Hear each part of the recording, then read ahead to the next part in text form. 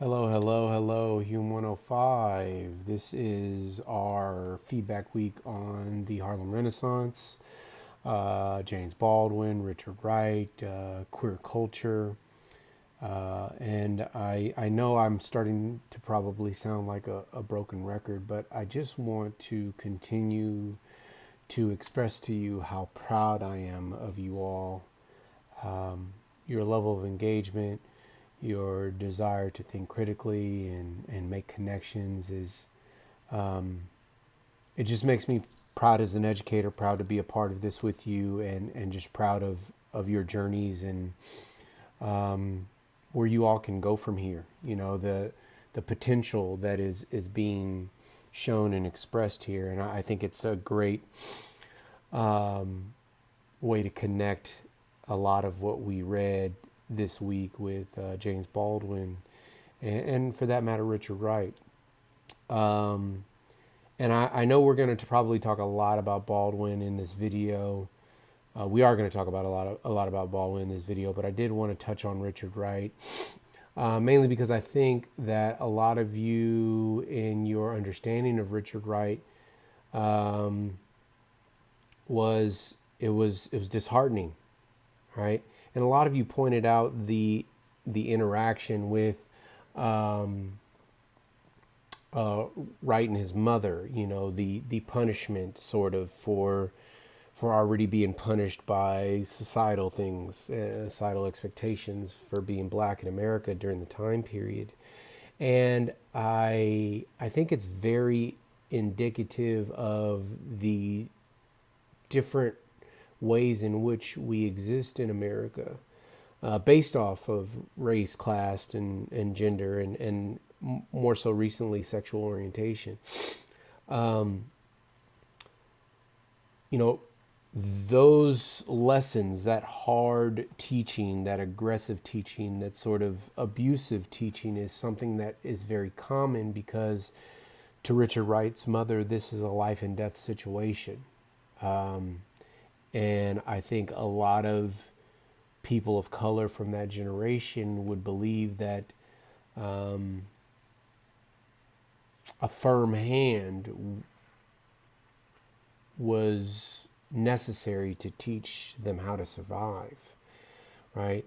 And that's what it's about. It's about survival. It's that was a Jim Crow era version of how a mother expresses her need and desire for her black son to survive and to navigate the world so he can survive. In our modern society, it would be viewed as abusive, right? We'd maybe want to call child protective services on this mother. But in that time period and many time periods to follow, including mine, that was a sign of love. Though my mother wasn't that degree of abusive, my mother had some very strong feelings about my behavior as a black man in this world. And it kind of made me think about Pamela. You know, you were kind of comparing that you kind of felt like a total 180 between the experiences of Wright and the sort of impressions of his mother, and then the way in which Baldwin talks to his nephew. And I completely agree with you. I think, but it's also very indicative of how difficult it is to be black in America sometimes. Some would argue all the time. I was fortunate enough to get both those, to get the, hey, you need to stay in line, but also to say, hey, you are not defined by how America defines you. It's probably a big reason why I am where I am today, doing what I do today, is because I did receive that message. But you have to understand there are a lot of people of color, there are a lot of black people out there, there are a lot of minorities in general. There are a lot of people a part of the queer culture of America that are not receiving that message, right? That are receiving the message of a lot of the quotes that you talk about, right? Corinne, you brought up a great quote from Baldwin, the that black men function in the white man's world as a fixed star and an immovable pillar. And when we move out of that place, right, heaven and earth are shaken. And that's kind of like indicative of Baldwin's whole piece, is we can apply that not just to black people, but to all marginalized groups, right? When we think about the way in which queer culture has shifted in America, right? Where they no longer want to be this fixed star, this immovable pillar, but they want to move out of this place and find their own place in space and earth. Heaven and earth is shook, right? Everyone is in a tizzy and in a fit. Now it's a topic of argument and discussion and debate, right? And the argument and discussion and debate is about their place in the world, their place in society, and who gets to control that space and place. So, Pamela, I really thought that was great to kind of see that that sort of balance between the two. And Corinne, I thought your quote was really indicative of not only the title, My Dungeon Shook, but a lot of how that connects to other groups. And I want to remind you, we are here to discuss Black thought and culture, but I feel it is my duty as an educator for us to find the connections between Black thought and culture and American culture in general, right? I think that is one of the ways we can rid ourselves of biases and of ideas that all of these cultures are inherently separate, right? And we're only separated by language, by laws and legislation. Dom, you kind of spoke to that when you talked about the quote on, African Americans being, worthless human beings, right? The quote from Baldwin. I'm blanking on Baldwin today. My apologies. And you said that it kind of speaks to the scale of oppression, and it reminded me of how powerful language is, right? A lot of what occurs in the world, a lot of the oppression and the segregation and the systemic racism and the sexism is rooted in language, right? Words, laws, rules. And it's fascinating that so many of you have found power, have been moved by the language of Black thought and culture, right? This is the language of a people, of those that are being marginalized. And I think we're really engaging in that well, and we're understanding how this language kind of connects to the whole. Sarah, you brought up how kind of fascinated you were with and interesting it was that Baldwin returned to religion after feeling expelled by the church and by his family, specifically his stepfather, and that he returned to the church to bring community to the church, to bring love to the church, and how that in modern times churches are starting to find more humanity and more acceptance. And it created a great dialogue off of that. And it made me think about something that Baldwin said separately. And so what he said, if the concept of God has any validity or any use, it can only be to make us larger, freer, and more loving. If God cannot do that, then it is time we got rid of him. Okay? And that is a very, very provocative quote, provocative sentence, right?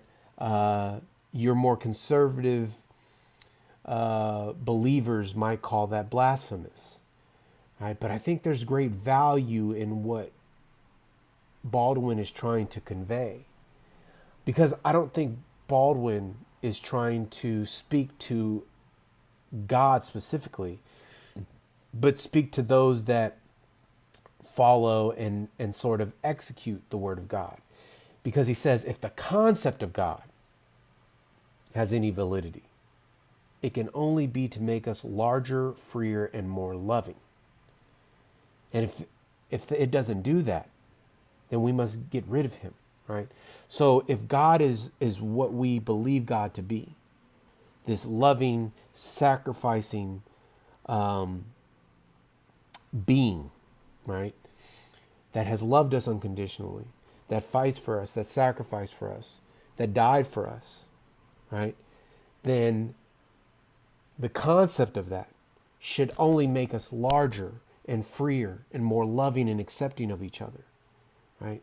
And that is kind of what I think he was trying to illustrate when he returned to the church. Not so much that he found a space that accepted him, but that he wanted to create a space of acceptance. And I think that's what the Harlem Renaissance did for people of color and for queers all across the country, but specifically in New York, right? The Renaissance created a space, a freedom space, a larger, freer, more loving space, right? And so I think we have that connection here. And I found it to be so captivating that a lot of you connected not just with Baldwin, but with the things Baldwin says, because I personally love Baldwin. Baldwin is one of my favorite people. I'm sorry, I've learned so much from Baldwin. For those of you that don't know, there are, I go by a lot of names, but one of my nicknames on Pierce's campus is Little JB, right? Little James Baldwin. Because I thoroughly believe in community, in making spaces larger, freer, and more loving. And I've studied his work very deeply. But I just love how many of you have kind of gravitated to his writing and to his video. Haley, you were talking about what he said in the Dick Cavett interview, right? I don't want to be given anything by you, right? When speaking to white people, I don't want to be given anything by you. I just want to be left alone so I can do it myself. And I think that's how a lot of minorities, a lot of people of color, a lot of marginalized groups, regardless of whether they're marginalized for race, class, and gender, feel, right? I don't want anything from you. I just want you to get the fuck out of my way so I can accomplish things, so I can feel accomplished. But there are so many hurdles and obstacles for people, right? And I don't mean to indicate that there aren't white people struggling, because they are. Those that are a part of lower income families, those that are being marginalized for gender or sexual orientation, right? Those don't have color line. Well, as Aiden was talking about, they kind of do, but that's a different conversation for a different day. What I mean is that you can be marginalized in all of those spaces, right? And so anyone who is marginalized can understand to a certain degree or level what it means to feel ostracized, what it means to feel like you're constantly fighting this uphill battle. And Avery made a great connection to the content, right? When Baldwin kind of opens up with, Baldwin kind of ends that the country is celebrating 100 years of freedom, 100 years too soon, right? And it connects so much to how Frederick Douglass felt about the 4th of July. And, you know, it's an honest, genuine feeling, right? I think despite the hoopla of Colin Kaepernick's kneeling, that's a lot of what he was trying to convey is like, listen, I love this country. I don't hate military. I don't necessarily want to disrespect the flag. But what I feel is that we are celebrating things that don't necessarily exist for Americans, right? And if we're going to really be about patriotism, then we should care about Americans, all Americans, right? And I don't know if that conveys well.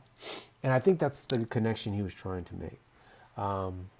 Anyway, I digress. A lot of great stuff this week. Shaniqua, you made a great connection. You were starting to talk about corporations and wages, and and then you stopped yourself. Don't stop yourself. Keep going. Like if you have that connection to be made, please make it. But one of the things that you said, Shaniqua, that really stuck out to me is that this literature demonstrates the importance of acknowledging and understanding pressure in all its forms. And as scholars, we are responsible for building a more just and rightful society. And that is what Shaniqua, you have captured what I want to do for us and what I hope to do for generations of students to come. I don't just want to build you up and help support you as scholars. I want you to recognize your responsibility to society and to your community as scholars in building a more just and rightful society. So to all of you, thank you. To Shaniqua, thank you for sharing that bit. I wholeheartedly appreciate that. I'm loving it. I'm getting better. This is not a 22-minute video. It's 16 minutes. So thank you all. Have a great week. And if you have any questions about the level 3 questions this week, reach out to me. Have a great week. And most importantly, be kind to yourselves.